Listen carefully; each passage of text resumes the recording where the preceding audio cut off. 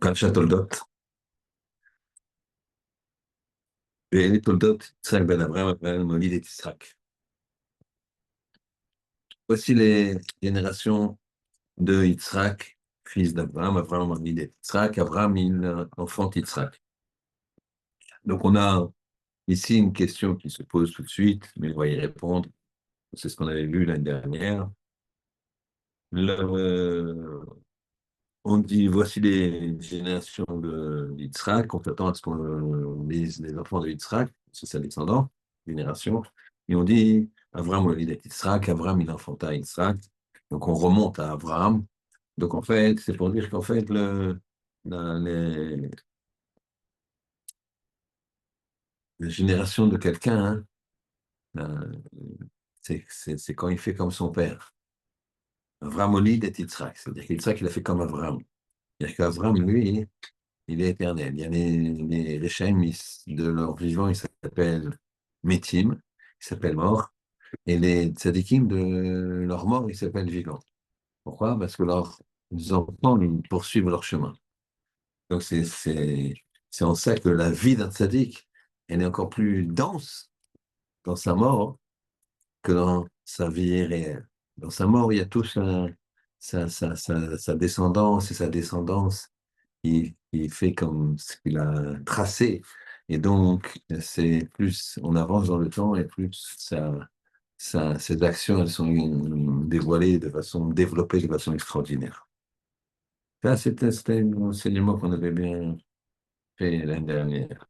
L'année, on va aller sur un autre angle. Vaïm Yitzhak ben 40 Shana, il avait 40 ans, Bekarto et Rivka.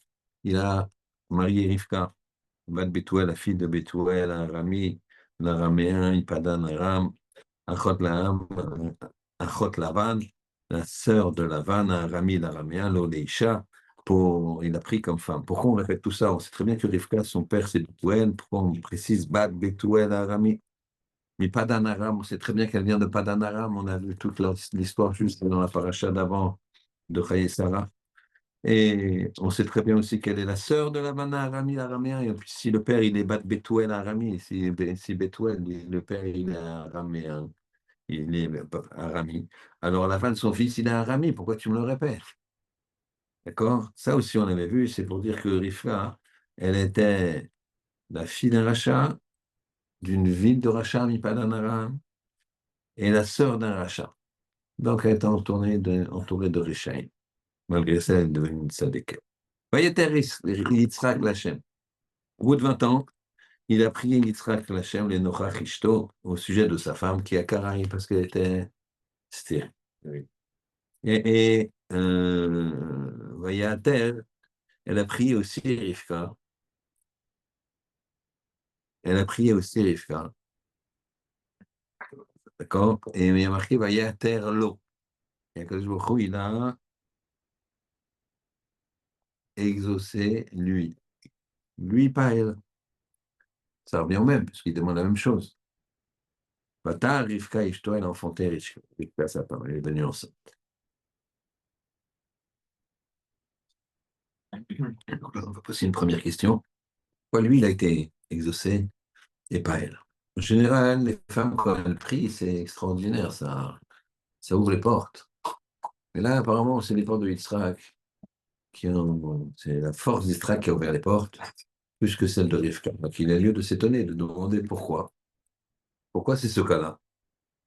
Alors, ici, on va aller voir Rachid. On va aller voir Rachid. Et Rachid nous dit la chose suivante, que la prière d'un d'un tzaddik, fils de tzaddik, elle est plus forte que la prière d'un rachat, d'un tzaddik, fils de rachat. Donc, c'est assez étonnant. Le terme est exactement lo velola, nous dit Rachid. Lui, il a été exaucé, velola et pas elle.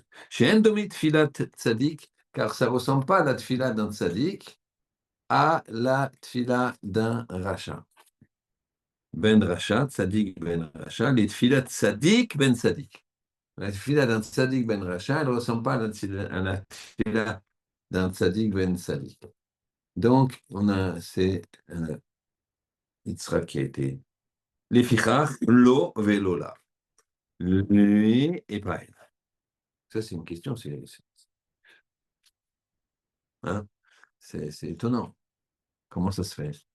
C'est quand même, imaginez, vous avez un garçon qui est fils d'Al Capone et une danseuse de cabaret, d'accord? Et vous avez le fils d'un Rosh Yeshiva avec la fille du Gadol Hador, c'est sa mère. Ils sont tzaddik. Alors, le fils du Rosh Yeshiva, il est tzaddik. Bon, son père, c'est aussi un tzaddik. Et la fille, son père, c'est Al Capone. On préfère qui a le plus de sroutes? Nous, on aurait dit La fille. la fille d'Al Capone, qui est devenue tzadékette. Elle a vécu dans un. Apparemment, la Torah ne dit pas ça. Rachid ne dit pas ça. On va essayer de comprendre pourquoi. Ça, c'est la première question. Deuxième question. On s'aperçoit que il y a dans ce passouk la chose suivante. Regardez bien. Vayater Yitzhak Lachem Lenochach Ishto. Il a prié Hachem. Yitzhak a prié Hachem. Comme on dit, Vayater. Vayatar. Vayatar, c'est une espèce de pelle qui déplace un élément pour le mettre dans un autre endroit. C'est déplacer la Rachmanout d'Hachem. Éveiller la Rachmanout d'Hachem. On est d'accord? Et regardez, qui a Karaï, parce qu'elle était stérile. Et qu'est-ce qu'on fait là? Juste après, Vaya Terlo, il a été exaucé. Prier, mais exaucer, c'est le même verbe. Vaya Ter, Yitzhak, Lenochach, Rivka, qui a Karaï. Il a prié Vayater, il a prié Yitzhak, Vayater. Et il a été exaucé Vayater lo. Prier, exaucer, c'est le même mot. Qu'est-ce que ça veut dire? Comment ça marche? De plus, quand on prie, les gens qui prient, cette personne elle est malade, on prie, et puis tu téléphones, comment ça va? Moyen. On prie. Comment ça va? Bon, chez Miazor, au moment où je suis dedans, Maouda Yanemet, il est parti.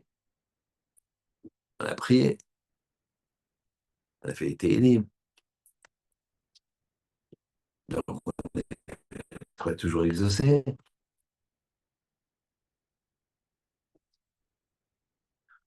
Donc, comment ça se passe? Donc, prier, exaucer, c'est le même mot. Maintenant, on voit, nous, qu'on n'est toujours, pas toujours exaucé. Comment ça fait? Comment ça marche? Troisième question. Yitzhak, il n'y a pas beaucoup de psukim qui parlent de lui. Yitzhak, à Yaakov, il y a une tonne. Maintenant, Yoshev Walim, il va vendre le droit d'aînesse. Comment il va faire? Après, toute cette paracha, on parle beaucoup de lui. Yitzhak à peine. Mais juste pour les brachot. Bon, c'est important les brachot. Mais c'est 30 psukim, 25 psukim. Avant, on a parlé un petit peu, mais il y a très peu de Yitzhak a fait, Yitzhak a dit, Yitzhak est parti, Yitzhak ceci, Yitzhak cela, rien. Avram, plein de détails, il est descendu, il est monté, il est descendu. Bon, Yitzhak un petit peu aussi, il y a une histoire avec Avimelech aussi. C'est très peu. Yaakov, Avram, c'est quoi? C'est 20. C'est pas. Et enfin, quatrième question.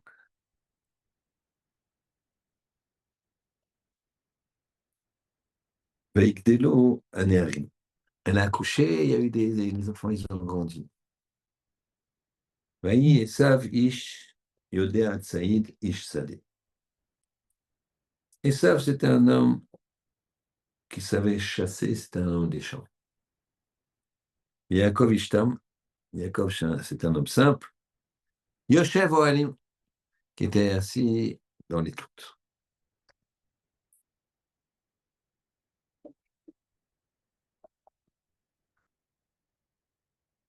On demande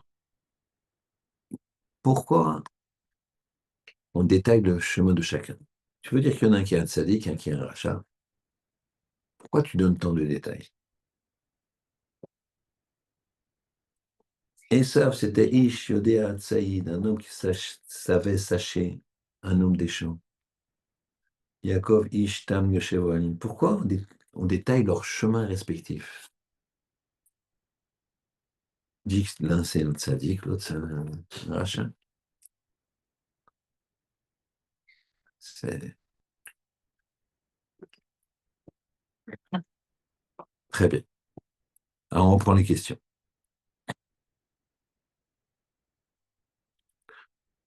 Première question, pourquoi Hachem il a exaucé Yitzhak et pas Rivka? Rachel nous dit parce qu'il est tzaddik ben tzaddik et elle est tzaddik ben racha et c'est plus fort la prière d'un tzaddik ben tzaddik. Deuxième question, on voit qu'il a prié, Yitzhak va à terre, et on voit qu'il a été exaucé, va à terre, le même mot. Le prier égale exaucé. Ok, le passage paraît évident que prier égale exaucé. Pourtant, on s'aperçoit que on n'a pas l'impression que c'est tout le temps comme ça. Prier égale exaucé, je ne sais pas.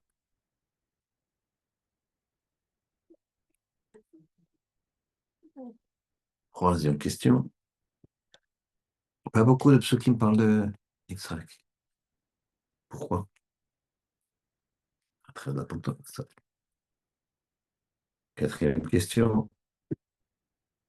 Avec des Anéarim, et ça, c'était un chasseur dans les champs. Kov Ishtam, Yoshev Ohalim. Pourquoi on décrit leur chemin? Comme dire que Yaakov, il est tzaddik, et ça, il est rachat, ça y est, qu'est-ce que tu me dis? Il chasse, il est dans les champs, lui, il est tam, il est assis dans la tente. Évidemment, si tu es tzaddik, tu dois étudier, tu dois étudier. Tu dois être dans la tente, tu ne peux pas t'amuser. Il faut étudier, tu as une chacham, il faut s'asseoir au moins une dizaine, quinzaine d'heures par jour. Donc c'est normal que la majeure partie de son temps, il est Yoshev Ohalim. D'accord? 15 heures par jour, ça laisse 9 heures pour le reste. Faut pas exagérer, messieurs. Beaucoup.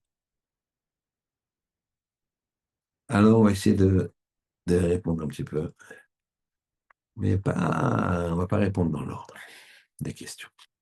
Volontairement, vous allez comprendre.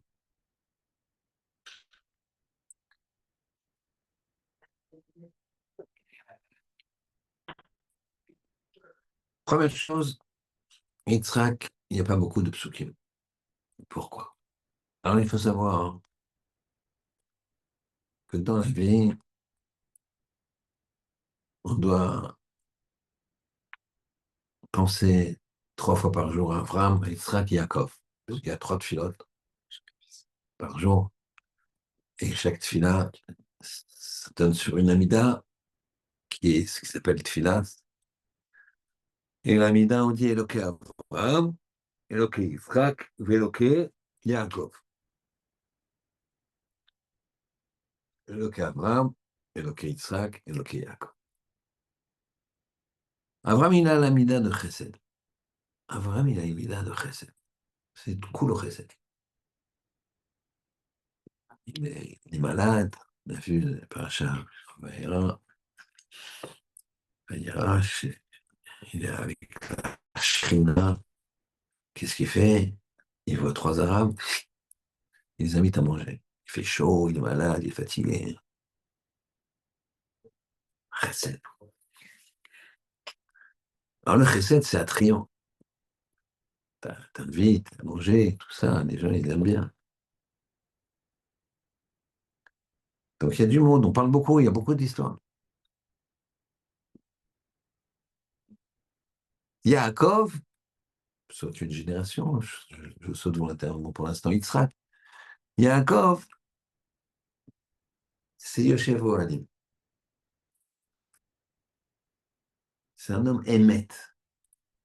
On a vu également l'année dernière, ou il y a 2 ans plutôt, cette fois-ci, il est émet, mais il s'est déguisé pour prendre les brachot, etc. On a expliqué pourquoi c'était le émet absolu. C'était tout à fait émet. N'est-ce pas le shiur aujourd'hui? Donc lui, il émet, puisque Torah t'émet. Donc le émet, les gens, ils aiment bien les gens émet. La Torah, ça attire, pourquoi? Hein? Parce que la Torah, les gens qui sont objectifs, quand ils sont dans Torah, ils sont heureux. Sans Torah, c'est rien, c'est vide. T'as un manque. Tu cherches autre chose, tu cherches un autre type de plaisir. Et on cherche. Un homme, il a besoin d'être heureux. Il a besoin d'avoir du plaisir. Donc, c'est que ta recherche de plaisir, hein, si elle est matérielle, s'il n'y a pas de spiritualité, alors elle est amère, cette recherche de plaisir. Tu vois, tu prends les gens qui sont dans le matériel, prends eh ben, les gens publics, les stars de je sais pas quoi, de cinéma, de chansons, de beaux volets. Regarde quand ils ont 50 ans, 60 ans, ils ont l'air.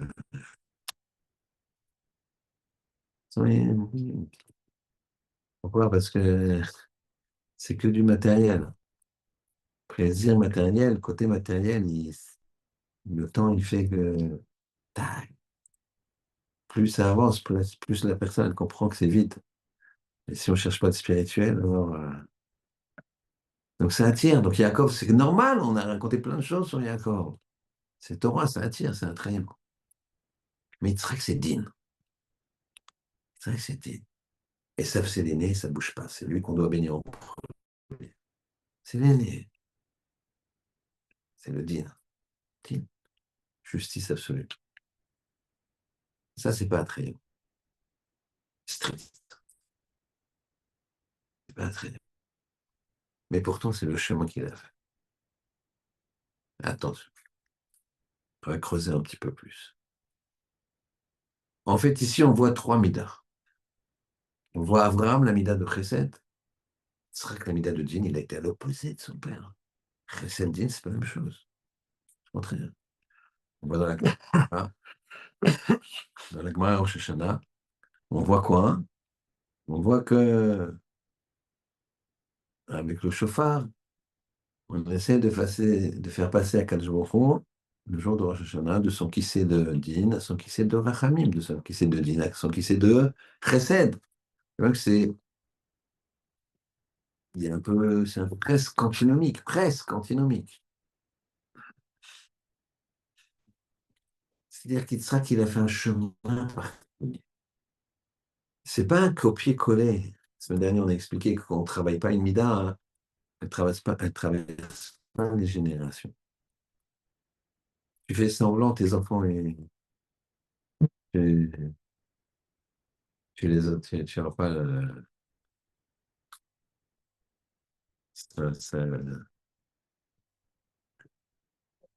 tu dis à tes enfants, faut être calme, pas les gens. Et puis, dès que ta femme, ah, t'as cramé le poulet! L'enfant, il va crier. Même si à chaque fois que tu lui parles, tu lui dis, faut être calme. Ça ne marche pas, tu n'es pas travaillé. Si on se travaille en profondeur, ça passe. On ne travaille pas en profondeur, ça passe. Vraiment, il s'est travaillé en profondeur sur le Kessel. Et bien, Yitzhak, il a été éduqué comme ça. Chesed à tel point qu'il sait qu'il a failli être égorgé. Chesed, Hachem me dit, ouais, c'est chesed. En même temps, c'est digne, parce que je me prie. En même temps, je donne ma vie, il n'y a pas plus chesed. En même temps, quelque part, c'est indigne, parce que je veux mourir. Donc, il a compris que il devait travailler sa spécificité. Et Yaakov, lui, il a fait une espèce de mix des deux, qui s'appelle Torah à fond. Donc, je sais pas, il s'assoit, il ne bouge pas. Il a aussi des bordes, et on dit plein de choses sur lui. Qu'est-ce qu'on voit ici? C'est que chacun, il a été chercher une mida, un trait de caractère, un niveau de proximité avec Hachem via un comportement poussé à l'extrême, mais pas de façon extrémiste, affiné à l'extrême. Et ça nous fait comprendre un petit peu comment faire. On va aller un petit peu plus loin en posant les autres questions, surtout en y répondant. Donc ici, on voit qu'il y a un travail de mythe, un travail de traits de caractère spécifique à chacun, en fonction des facilités que j'ai et des difficultés que j'ai. Le mal, il dit la chose suivante, il dit, tu veux devenir quelqu'un, tu ne peux pas travailler sur tous les points. On est tous caractérisés par des dizaines de midotes. Un petit peu coléré ou pas coléré, ou trop feignant, trop mou, travailleur, pas travailleur, vif, nerveux, tout ce que tu veux. Tu as plein de petits points. Le Maharal, il dit, regarde la mida, tu te regardes dans une glace, entre guillemets, je sais très bien ce que tu, ta faiblesse la plus grande, on va dire. Tu la connais. Tu sais très bien là où tu craques. D'accord? Tu sais bien là où tu craques. Tu sais bien la plus grosse faute que tu fais, tu la connais, tu sais très bien. Colère, paresse, d'accord, etc., etc. Chacun, il a ça, en fonction de sa nature, en fonction de ce qu'Hachem lui a donné comme Kenny. C'est pas sa faute à lui. Mais il y a déjà, on est fait de terre, de feu, d'eau et de vent. Et si tu as beaucoup de terre, alors tu vas peut-être naître tunisien. Non, excusez. Je m'excuse auprès des Tunisiens. Tu vas peut-être naître comme ça, tu vas savoir. Non, t'as beaucoup de vent, de feu, tu vas bouillir, plus coléreux, putain, allez, putain. Alors ça, tu dois travailler. Si tu es trop introverti, tu dois travailler, t'ouvrir. Si tu es trop, arrête de parler. Laisse-le parler. Voilà, on a entendu que toi. Tu sais, et en plus, tu as parlé, tu te parles trop, tu l'as vexé. Celui-là, tu lui as dit ça. Ouais, bon, ouais, on rigole. Oui, bah, hop. Donc, en fait, on se connaît. Tu prends ta mida la moins bonne et tu la travailles à fond. Tu te prends la mida la meilleure, en toute objectivité. On a quand même une mida où on sait qu'on est bon. Tu la travailles. Il y a des gens, il y en a plus d'un dans le clan d'Israël qui sont très généreux. Générosité, ça fait partie des midot du clan d'Israël. Quelqu'un, il a une de ses. Sa meilleure mida, c'est il aime donner, il a de la sensibilité. Mais attention, il peut avoir de la sensibilité pour des choses qu'il n'y a pas de raison d'être sensible. Un exemple, mais il y a un moment, il faut se préserver aussi. Il y a un moment, il faut réfléchir. Tu peux pas, même quand tu veux donner beaucoup d'argent, on limite à 20%. Limite, tu gagnes 100, tu donnes 20. On parle de gens qui sont normaux, gens qui sont riches, très riches, peuvent donner plus. Ça ne change rien pour eux. On voit bien dans les héritages, dans les trucs, des gens très riches qui pèsent des milliards, ils laissent à leurs enfants 10 millions, 20 millions, et puis le reste, ils le donnent. Ça ne change rien pour eux. C'est pas, il n'y a plus de notion. C'est juste un pouvoir macro. C'est macro, pas Macron. Oui. Pas de chez nous. D'accord? Macro. Macro, ça veut dire, c'est dans le système général, quoi. Système mondial. Ces gens-là, ils pèsent. Donc, c'est un pouvoir. Mais sinon, au niveau de l'utilisation de l'argent en tant que personne, de toute façon, ils peuvent se payer côté 100 millions, côté 1 milliard. Il y a pas, ça a pas, si tu veux faire des folies, des machins, je parle de quelqu'un de raisonnable, de construit. Ma méchané. Tu le vois d'ailleurs, ces gens-là, quand on voit que des gens comme ça, c'est quand ils sont construits, bah, tu vois, celui-là, il est ça, celui-là, il est ça. Ils fréquentent les mêmes endroits, ils ont les mêmes trucs, les mêmes maisons, les mêmes machins, les mêmes trucs. Ça changerait à ce niveau-là. Donc, ici, il faut prendre sa meilleure mida, nous dit le Maharal, et l'affiner, la peaufiner, l'améliorer. La moins bonne et l'améliorer. Tout le travail de la vie d'un homme, c'est de bien travailler ses milieux. Ça, c'est la première étape. Ça, c'est la première étape. Deuxième étape, on a dit la chose suivante. Une fois que tu as travaillé tes midotes particulières, alors tu vas faire un choix de chemin. Tu vas choisir ton chemin. Et on arrive à la question qui est pourquoi Akadosh Baruch Hu, il a écouté la tfila de Yitzhak, pas celle de Rivka. Pourtant, ah, vous venez de dire, que quoi? Que il fallait choisir un chemin spécifique, que c'est extraordinaire ce qu'il a fait, Yitzhak, puisqu'il a choisi un chemin spécifique de din, plus que de chesed, et bien sûr avec du chesed tout autour, hein, on est bien sûr, on est évidemment, mais un kivun, une orientation de din plus que de chesed que son père, mais elle a fait mieux, elle. Rivka a choisi le chemin du Tov pour s'éloigner du chemin de Ra. Eh bien justement non. Lui, il est dans un dans un bon chemin. Yitzhak. C'est le fils d'Abraham, père des nations, Abraham, premier monothéiste de sa génération. Ils sont tous idolâtres. Lui, il se bat contre tout le monde, il n'a pas peur.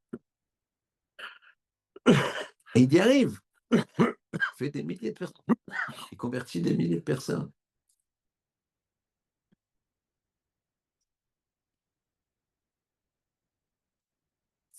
Et ben, il ne fait pas un copier-coller. Yitzhak ne fait pas un copier-coller. Il choisit son chemin à travers sa mida. Il choisit une mida particulière. Le din, la rigueur, mais la droiture. Il l'agrandit, il a travaillé, il a peaufiné, et il choisit son chemin. Ça, il a pris quelque chose dans le bon et il l'a rendu très bon. C'est beaucoup plus difficile que ce qu'elle a fait, Rivka. Elle a pris quelque chose dans le mauvais. Elle a dit dans le mauvais, il n'y a rien à prendre. Donc je pousse tout ça, et donc elle était dans le bon. Donc là, c'est comme si c'était un chemin. Tu sens qu'il va mener là où il faut. Mais c'est pas, tu fais pas l'effort qu'il faut. C'est pas, tu te bonifies pas tellement en prenant ce chemin. Et tu vas chercher un autre chemin. Mais tu es déjà dans le, non, t'es déjà dans le, bah non. Comment? Tu vas te casser la tête à trouver un autre chemin. C'est ce qu'il a fait, ça. Il est dans le chesed, vraiment, il lui montre. Il dit, oui, mais moi, c'est pas mon travail, ça. Mon travail, c'est différent. Mon travail, ce sera justement de moi qui suis né dans du cool recette, il faut que je le redresse pour aller vers quelque chose de plus strict. Elle le dit. Rivka, ça sent mauvais là où elle est. Si quelqu'un il est déjà dans une parfumerie, il va choisir un parfum encore plus fin, ou spécifique. Aussi fin que l'autre, mais différent, plus piquant, plus avec des épices, d'accord, je sais pas quoi. Je mélange un peu les parfums. Mais bon, c'est Shabbat bientôt, donc. Et c'est ça la spécificité. C'est pour ça que l'effort de Yitzhak, sadique, fils de sadique, c'est extrêmement difficile. C'est pas un copier-coller de son père. Pour être sadique, fils de sadique, c'est quoi l'autre sadique? C'est celui qui va au-delà. Donc il est au-delà de son père. Pas plus haut que son père, mais différent. Donc lui, il est sadique malgré que son père soit sadique. C'est ça le truc. On ne parle pas ici, Shomer Shabbat, Shomer Mitzvot, etc. On ne parle pas de ça. On parle d'un raffinement de haut niveau. Malgré que son père il lui a montré un chemin, donc se raffiner, il n'a plus qu'à suivre. Tu as un chemin, ça sent bon, suis. Non, tu vas faire ton chemin avec ta spécificité. Ça, c'est extraordinairement difficile. C'est pour ça que cette fille-là, elle a entendu plus que celle de sa femme. Donc ça veut dire que première étape, on travaille sa mida. On travaille ses midotes. Je travaille mes midotes, je travaille. Je suis trop mou. Allez, réveille-toi un petit peu, bouge. Je suis trop vif dans mon relationnel. Je suis pas agréable, je crie. Ou alors au contraire, et c'est souvent le cas, des fois les gens très calmes. Par contre, quand ils se mettent à crier, très paradoxal. Tu ne peux pas le croire des fois. Parfois, je fais des shalom bayit comme ça. La femme ou l'homme me dit, mais est-ce qu'il crie? Et je dis, c'est pas possible, je l'entends à peine là, quand il parle, je l'entends à peine. Mais je sais que c'est comme ça. Les gens calmes, tout d'un coup, quand il y a quelque chose qui ne maîtrise pas, mais c'est pas systématique. Mais donc, alors, travaille ça, travaille. Sois moins calme comme ça. Et par contre, quand tu ne cries pas, d'accord? Il faut faire très, très attention. C'est les midotes, Donc, première étape, tu travailles tes midotes. Abraham, Yitzhak, Yaakov, ils ont travaillé leurs midotes, chacun spécifiquement. Yaakov, encore pareil. Yaakov, lui, il a fait un mix des deux, si on peut oser s'exprimer ainsi. C'est pas moi, c'est les maîtres qui disent ça. Il a pris le chesed, il a pris le din, il a pris comme ça, il dit, mais la Torah, alors moi, je ne bouge pas de la Torah. La perfection, c'est la Torah, donc je ne bouge pas, je m'assois et j'étudie. Et comme ça roule, là. Donc, chacun, il a fait ça. Midot, et après, il trace un chemin particulier en fonction de sa mida. C'est pas que je travaille ma mida et puis je fais mon train-train. Ça marche pas. Si tu travailles une mida, tu dois voir que tu changes. Quelqu'un, il travaille, par exemple, c'est un rêveur. Donc, cette fille-là, la mida, waouh. Par contre, que quelqu'un est en train de faire cette fille-là et tout, et du coup, il met la main dans sa poche, il sort son passeport. Comme ça, il fait comme ça.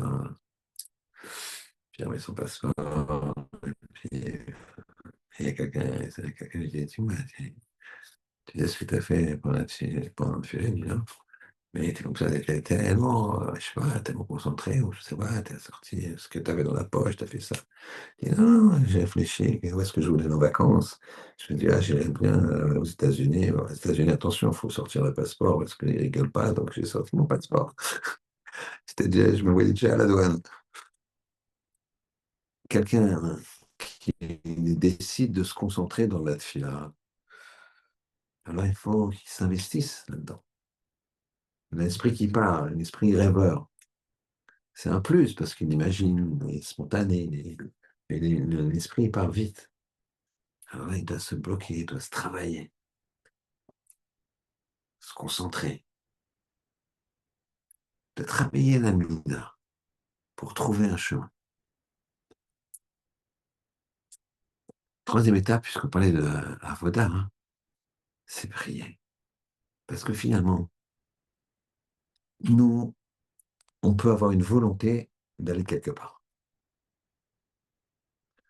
Mais on peut rien faire si le Rimbono Shalom n'est pas décidé en face.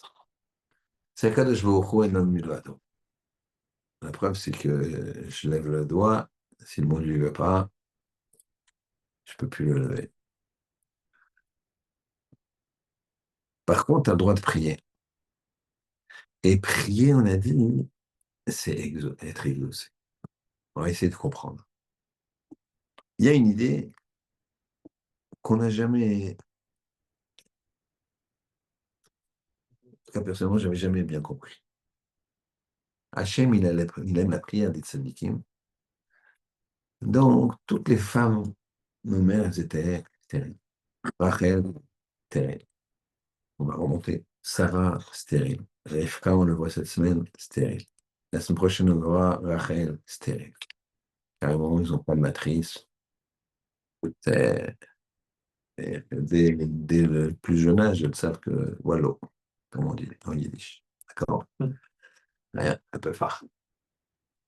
Donc, pourquoi j'ai fait ça? Pour finalement leur donner. Parce qu'il aime la fidélité. C'est compliqué.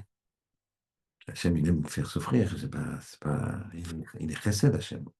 On dit Hachem, Kitov, le Tov, on nous dit c'est de l'avenir. L'avenir, c'est. Et qu'il est Olam Chasdo, il est chesed. Chesed, c'est pas te priver de choses. Là, que tu verses des larmes, et ouais,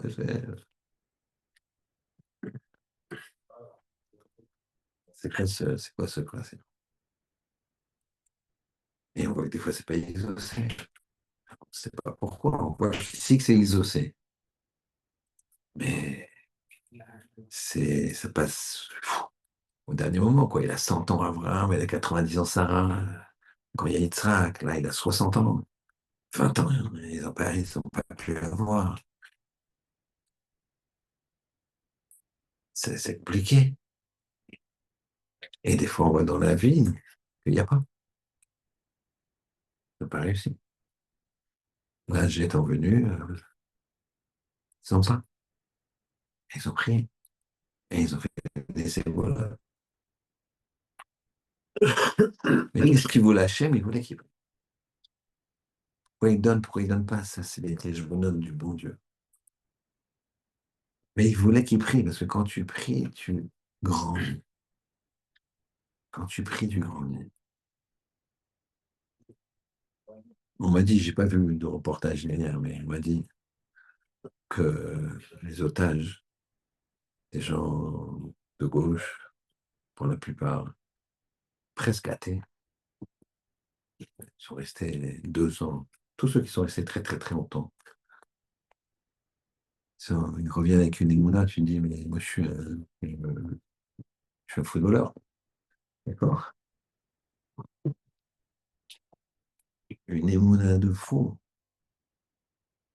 J'ai entendu, je ne croyais pas mes oreilles, quelqu'un m'a dit qu'il a, il a écouté un reportage des otages, et ça fait beaucoup de peine. Il ne savait pas le schéma Israël, Hachem Elokeinu, Hachem Echad, il ne connaissait pas. Il se rappelait schéma, et donc il s'est concentré, ils étaient séparés. En tout cas, lui, il était séparé, tout ça. Il a réussi à retrouver, il s'est concentré, ses schémas Israël, non, schéma Hachem, Echad. Et là, il a essayé de se rappeler, se rappeler, se rappeler. Il a fini par se rappeler. Hachem l'a aidé sans doute. J'ai quelqu'un en Israël, en 2025, qui ne connaît pas le schéma. C'est, j'ai une fois loué une maison à Ranana, maison comme ça, de vacances, un monsieur. Et quand je suis venu louer la maison, alors on a discuté un petit peu. Et il était pas du tout religieux, mais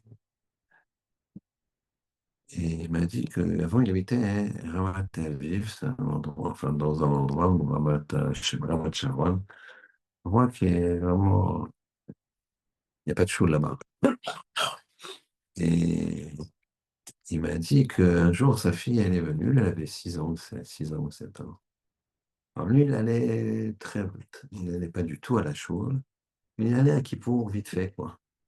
Et c'était pas une institution qu'il y avait à la maison, donc sa fille, elle, et ce jour, sa fille, elle a grandi qu'à 5 6 ans, 6 ans, 7 ans, je sais pas.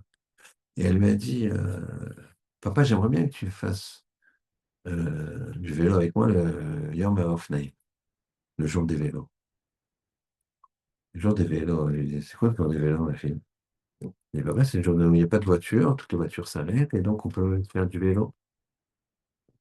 C'est quoi, ça fait alors ton emploi du temps, quoi, ton carnet Il a regardé, il a vu le jour des vélos, il a vu la date. C'est quoi ce jour des vélos? Et il n'est pas tout à fait idiot, il s'est dit, vélo, tout est fermé. Il a regardé le calendrier juif, et c'était qui pour?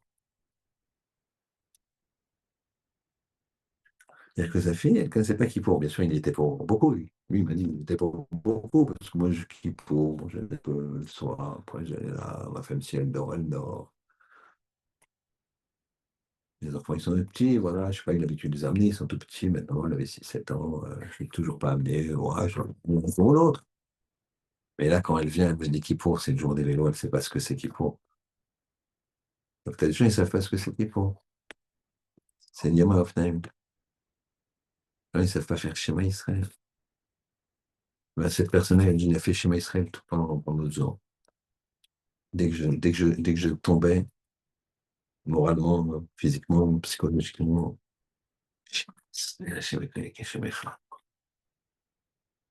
imagine là-haut, qu'est-ce que ça fait?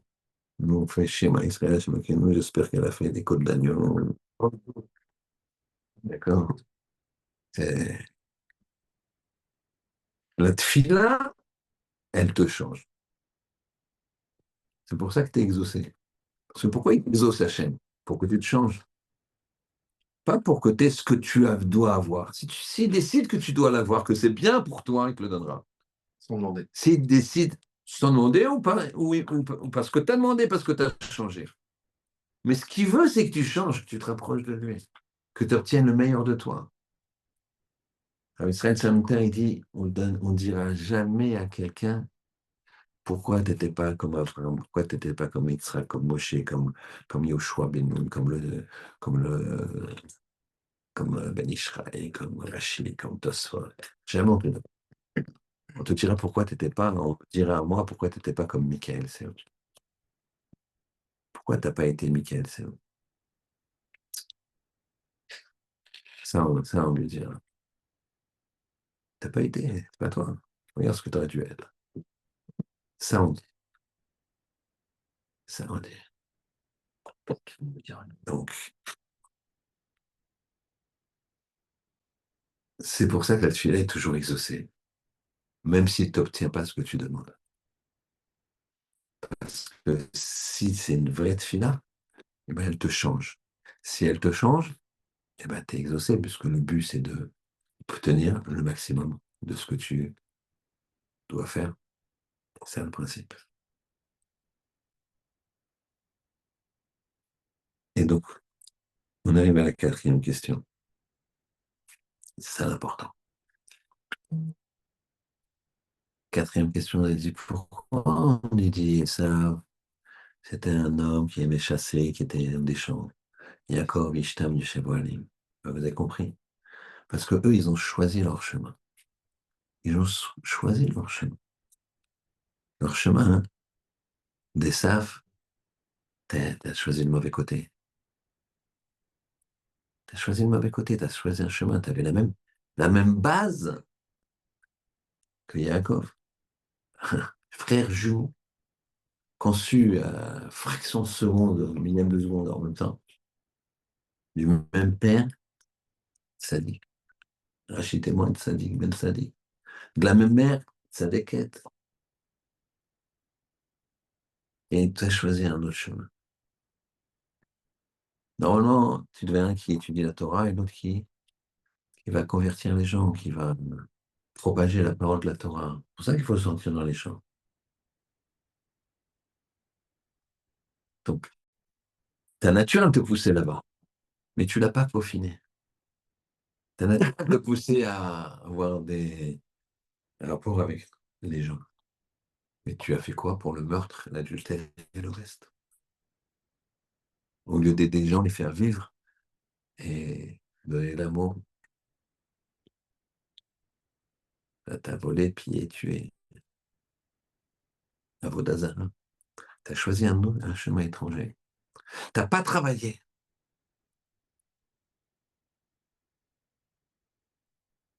Tu as choisi le mauvais chemin. Parce qu'il n'a pas travaillé ses midotes. Tu travailles ta mida et après tu choisis ton chemin. Et comme il a travaillé sa mida, il a prié. Et qu'est-ce qu'on voit à la fin de la semaine dernière? Il a prié. Avram, il a inventé, entre guillemets, la tefila du matin.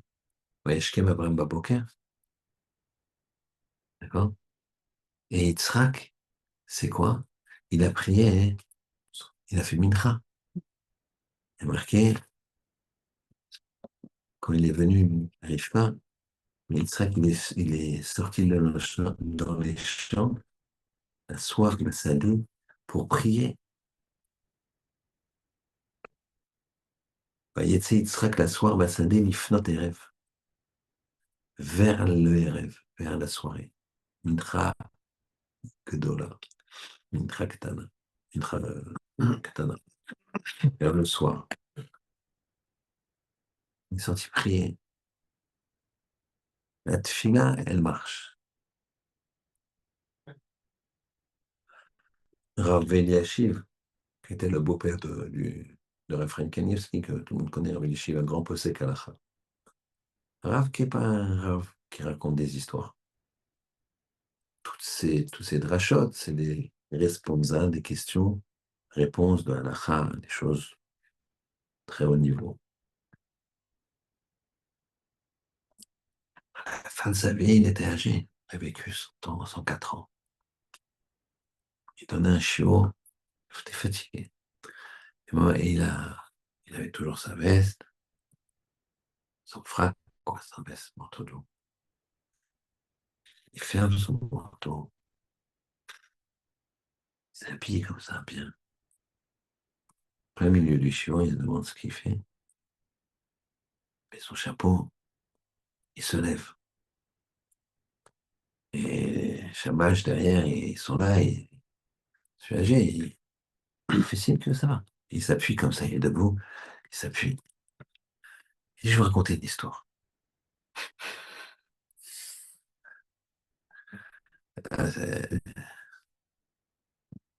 Les gens qui étaient là, ils se sont dit, c'est l'occasion de la vie. C'est... Et il dit comme ça. Il y avait un grand maître qui s'appelait Léchem, le Léchem. C'était un grand kabbaliste en Russie. Et il avait une fille. Et il a cherché un grand Talmid Racham pour sa fille, il l'a trouvé. Et il y a eu le mariage. Et puis, tout le monde s'est retrouvé à étudier. Évidemment, après le mariage, au bout de 2, 3 ans, sa fille, elle le voit, elle lui dit, papa, qu'est-ce que ma fille? T'as l'air triste. Et ouais, j'ai pas d'enfant, papa. Elle dit, mais il est marié depuis combien de temps? 2 ans, 3 ans? Ça va, pris, ma fille, pris. 5 ans plus tard, pas. Qu'est-ce qu'il y a, ma fille? J'ai pas d'enfant, papa, j'aimerais que tu pries. Combien de temps que t'es marié? 6 ans, 7 ans. Bon, prie, ma fille, prie. 10 ans. Papa, j'ai dit, écoute, Que tu permets qu'on aille voir les médecins? Il y a 100 ans, il y avait déjà. Pas sophistiqué comme maintenant, mais il y avait déjà. C'est des Russes, ils vont en Russie, ils vont à Moscou. Les médecins, ils font des analyses, ils font des choses. Le médecin, au bout de quelques jours, semaines, il leur dit, de mon côté, c'est impossible que vous ayez d'enfant. Il y a un médecin en Suisse qui s'appelle Intel. C'est un grand professeur. Il travaille différemment que moi. Allez le voir. Je serais très étonné, mais voilà, c'est la seule conseil. Je suis désolé. Je peux rien faire de plus. Voilà que elle rentre, elle parle à son père. Son père, il ne peut pas aller seul. Et elle dit à son père, papa, est-ce que je peux aller avec maman? On a écrit, on a échangé avec ce médecin suisse. Il faut que je reste 3 semaines parce qu'il va me faire un premier examen. Il vérifie une semaine après un deuxième examen. Et c'est au bout de 3 semaines qu'il il sort un. Je dis, bien sûr, ma fille va. Elle va, pleine d'espoir. Fait l'examen, première semaine, deuxième semaine, troisième semaine. Elle a rendez-vous pour le résultat final. Et à la tête du médecin, elle sent que elle est avec sa mère. Elle sent que c'est pas. Et le médecin est particulièrement touché, particulièrement triste. Quand ça, elle s'entend bien là. Et il lui annonce effectivement, lui, du côté, regardez, je peux absolument rien faire. Et j'ai beaucoup de peine, bien que je vois des gens dans votre cas. J'en vois. Mais là, j'ai une peine particulière parce que je connais votre père. Il s'adresse à la femme du chef, il dit, je connais votre mari. Et il s'adresse à la fille, je connais votre père. Et une fois, il est venu ici en cure, pour se reposer. Et mon père était mourant. Il est venu, c'était un juif, ce médecin. Il est venu. Comme il était de passage, les gens lui ont dit, est-ce que vous pouvez aller chevet de. Et il a fait des brachot, il a fait des choses, il nous a donné des conseils. Et mon père a guéri et a vécu encore plusieurs années. Ça fait des longues années. Et il se rappelait peut-être plus que c'était moi. En tout cas, j'aurais tellement voulu lui rendre. Et je ne peux pas, donc je suis. Voilà. Vous avez la tefila, vous avez la prière. Il rentre, elle est brisée. Il rentre. Semaine passe. Et le Nechem, un jour, quand ils sont rentrés, elles ont été floues, la mère et la fille. Oui, les examens, sans mentir, ils n'ont pas donné les résultats. Mais ils n'ont pas menti non plus, mais ils n'ont pas donné les résultats. Vous ne voulez pas que ça perturbe le Lechem dans cette filote et dans ses cavanotes et dans sa Kabbalah. Mais lui, au bout de quelques semaines, il s'est dit, mais en fait, là, il doit y avoir un résultat, quelque chose, c'est pas possible. C'est le travail, met son manteau, jour de neige. Il va chez son gendre. À l'époque, les gens, ils étudiaient chez eux souvent. Frappe à la porte, son gendre lui ouvre, il étudiait effectivement, normal. Et il lui dit, bonjour, ça va? Oui, oui, ma fille, je peux lui parler? Elle lui dit, ma femme, je sais pas, tous les matins, elle sort 2 heures. Elle dit, qu'est-ce qu'elle fait? Je sais pas. Bah, c'est pas possible. Hein, il sort, il va vers la ville, il rencontre une personne, il dit, écoute, t'as pas vu ma fille? Ah si, ta fille, je l'ai vue il y a 22 heures, elle allait dans cette direction. Dans cette direction, sous la neige, dans la forêt. Ouais, ouais, ouais.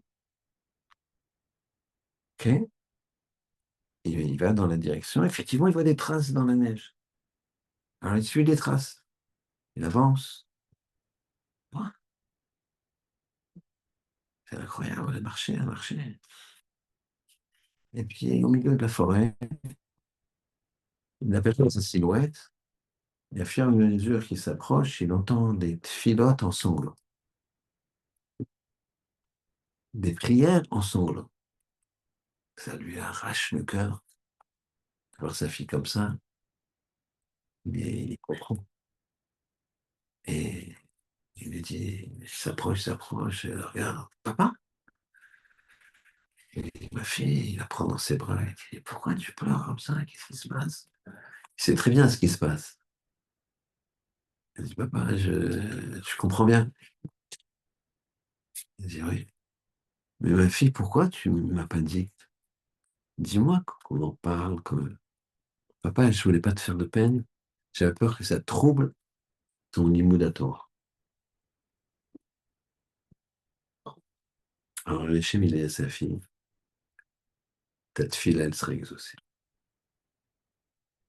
Quand on pleure ces pleurs-là, et qu'on va au fond de la forêt pour pas que son père il s'aperçoive, alors ta fille, là, elle sera exaucée.